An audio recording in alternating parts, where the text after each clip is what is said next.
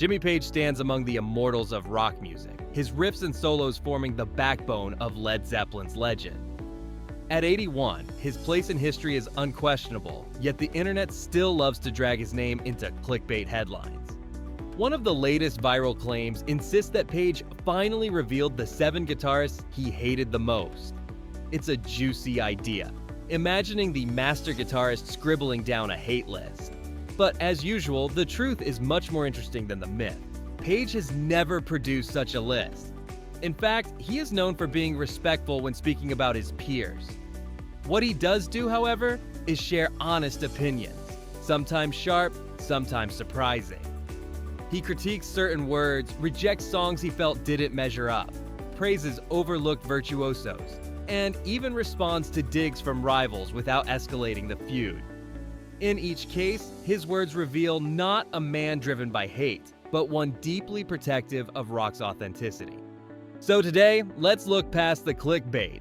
Instead of 7 guitarists Jimmy Page hated, we'll explore the 7 moments where his real thoughts came through most clearly.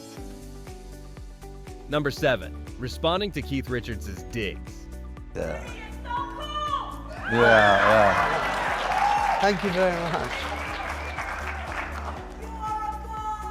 Oh gosh. Yeah. I'm also very shy, I'll be Yeah. honest with you. Even legends aren't safe from criticism. In 2024, Rolling Stones guitarist Keith Richards made headlines when he dismissed Led Zeppelin as a manufactured band. It wasn't the first time Richards had poked fun at Zeppelin, but the remark struck many fans as unfair. Well, as a band, I felt they're aptly named. It never took off for me, music. After all, Page's band was notorious for its raw power and organic chemistry. When asked about it, Page didn't lash out. Instead, he expressed mild surprise. Led Zeppelin was formed naturally, not by management design. He reminded interviewers that Zeppelin came together out of mutual respect among musicians, not record label strategy. That statement matters because Page has always been proud of Zeppelin's authenticity. The band may have become larger than life, but its roots were humble. 4 men in a room chasing a sound no one else had dared to combine. What's fascinating is how Page balanced honesty with restraint. He admitted he liked Richards' music, but he also noted that Richards didn't always get on with Robert Plant's singing style. By keeping his focus on music rather than personalities, Page diffused what could have been a bitter war of words. Instead of hating Richards, he chose to reassert Zeppelin's origins. This response says a lot about Page's character. In a world where social media rewards outrage, he leaned on dignity. He didn't deny Richards' right to an opinion, but he refused to let the narrative stand uncontested. It's a reminder that Page's reputation wasn't built on gossip. It was built on music that continues to speak for itself. And here's something for you to think about. If you were in Page's shoes, would you fire back at Richards with equal force? Or would you take the high road and let the music do the talking? Number 6. The song he hated, Living Loving Maid.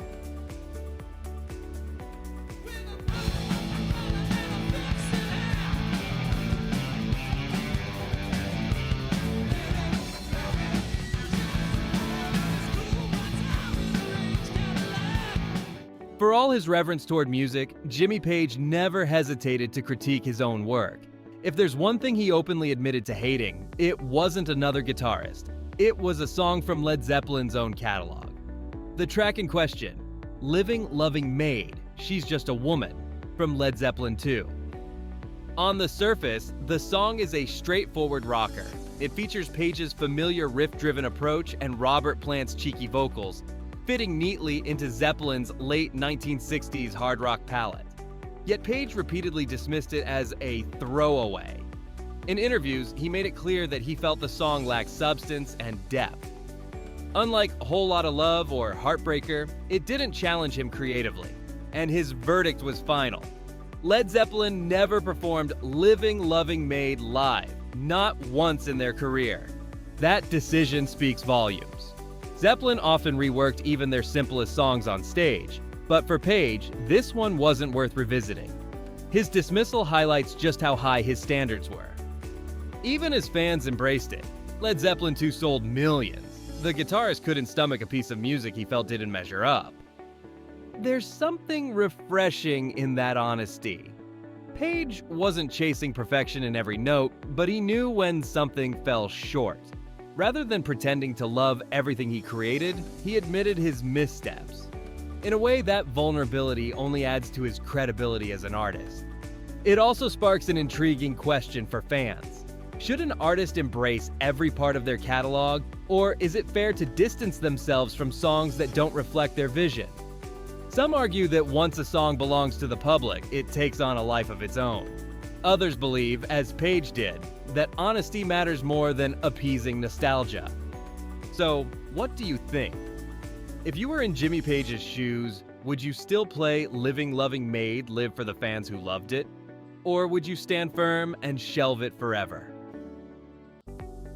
Number 5. Regret over never seeing Syd Barrett.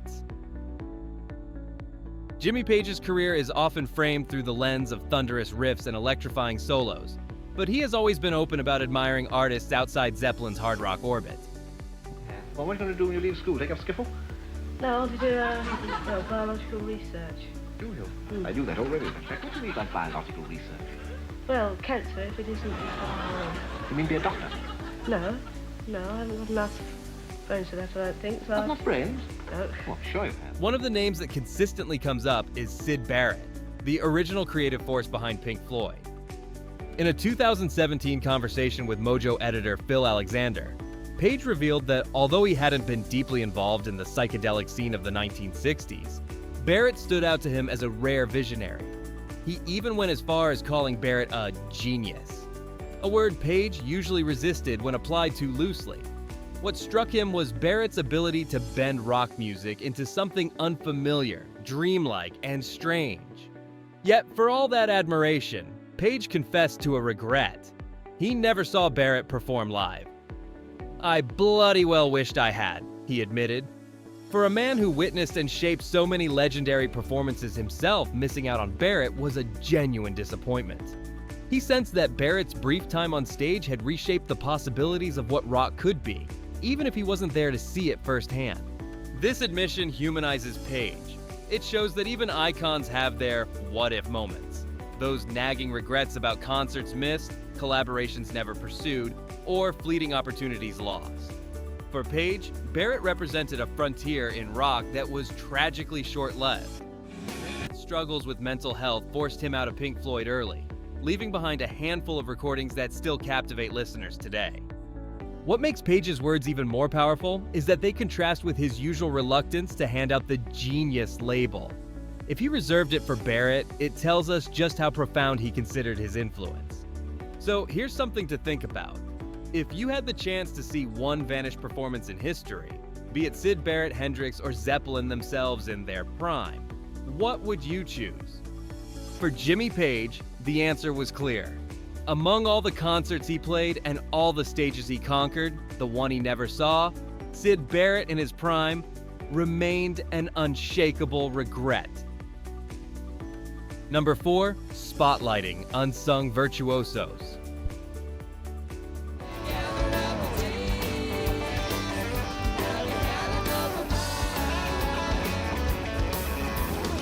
One of Jimmy Page's most admirable traits is his willingness to draw attention to musicians who never enjoyed the same fame he did.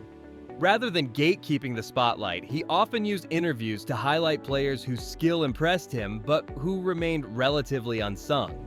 Take Elliott Randall, for example.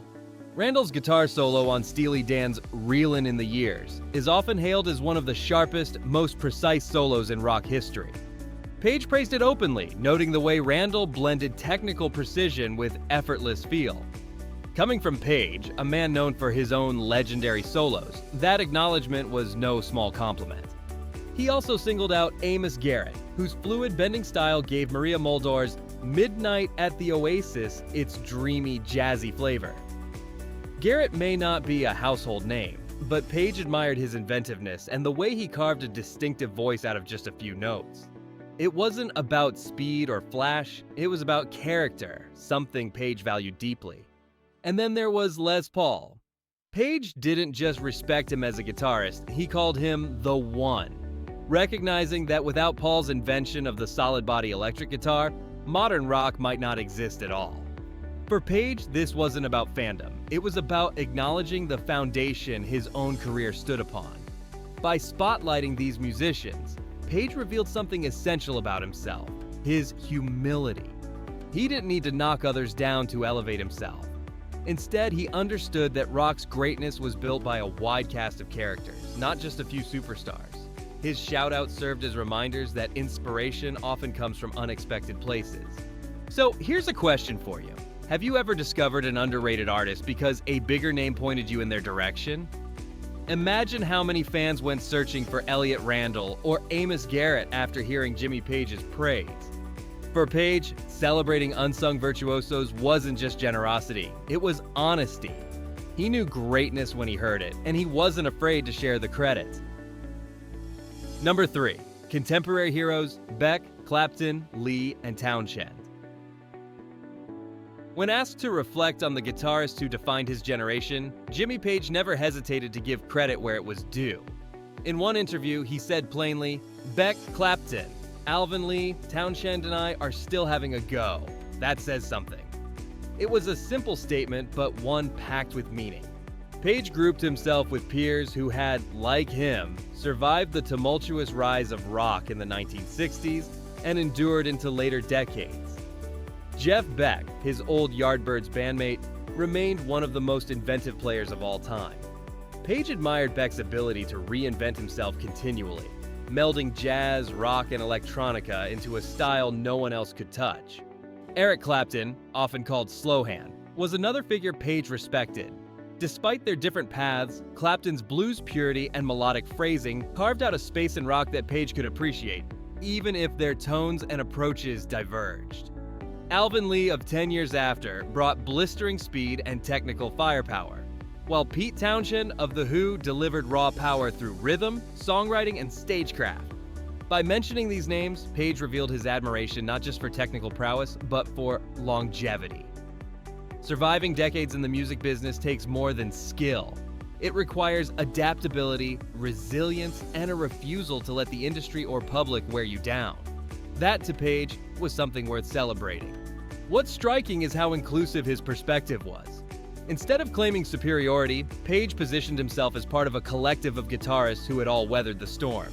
It wasn't about rivalry, it was about mutual respect. So here's a thought.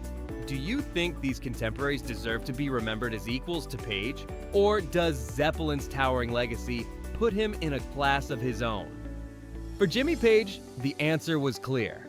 By placing himself shoulder to shoulder with Beck, Clapton, Lee, and Townshend, he reminded us that rock's golden age wasn't the work of one genius alone. It was a chorus of voices, each playing their part in shaping history. Number 2, the only word he can't stand, genius.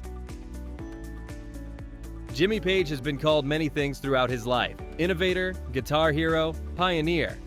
But there's one word he's never been comfortable with: genius. In a 1975 Rolling Stone interview, he explained, "The only term I won't accept is genius. It gets used far too loosely in rock and roll." For Page, the problem wasn't modesty, it was about precision. He felt the label was often tossed around casually, applied to any musician who happened to write a hit or develop a catchy riff. In his view, rock still had a long way to go before it could shoulder the same artistic weight as classical composition, where the word genius might more properly apply to figures like Bach or Beethoven. This doesn't mean Page denied the artistry of his peers. Far from it. He respected the innovation of Hendrix, the vision of Syd Barrett, and the power of contemporaries like Clapton or Beck. But he drew a line between respect and exaggeration. By rejecting genius, he was pushing critics and fans to think more carefully about what true innovation really means. There's something refreshing about this honesty. Many artists gladly accept lofty titles because they burnish a myth. Page, by contrast, worried that inflated praise cheapened the craft. He preferred to let the music speak for itself. If Zeppelin's layered soundscapes, from Stairway to Heaven to Kashmir, changed the face of rock, he wanted people to describe why, not hide behind a catch-all label. So here's a question. Do you agree with Page that the word genius is used too loosely? Or do you think some rock musicians genuinely deserve it? By refusing to embrace the term, Page reminded us that humility and rigor can coexist with greatness. He didn't need the word genius attached to his name to prove his worth. His riffs, solos, and arrangements have already carved his place in music history. No overused label required. Number 1. Jimi Hendrix, the best we ever had. When it comes to guitar legends, Jimmy Page rarely speaks with the kind of reverence he reserved for Jimi Hendrix. I don't know. I don't really live on compliments. Matter of fact, it has a way of distracting me. I know a whole lot of other musicians and artists that are out there today, they hear all these compliments, they say, wow, it must have been really great. In a 1975 Rolling Stone interview, Page mourned Hendrix's passing with words that still resonate. "We've lost the best guitarist any of us ever had, and that was Hendrix." For Page, Hendrix wasn't just another peer. He was a force of nature. Hendrix's ability to coax otherworldly sounds out of a guitar redefined what the instrument could do. Feedback, distortion, wah-wah effects. All tools Hendrix elevated into art. Even Page, with his own arsenal of techniques, admitted that Hendrix was on a level no one else had reached.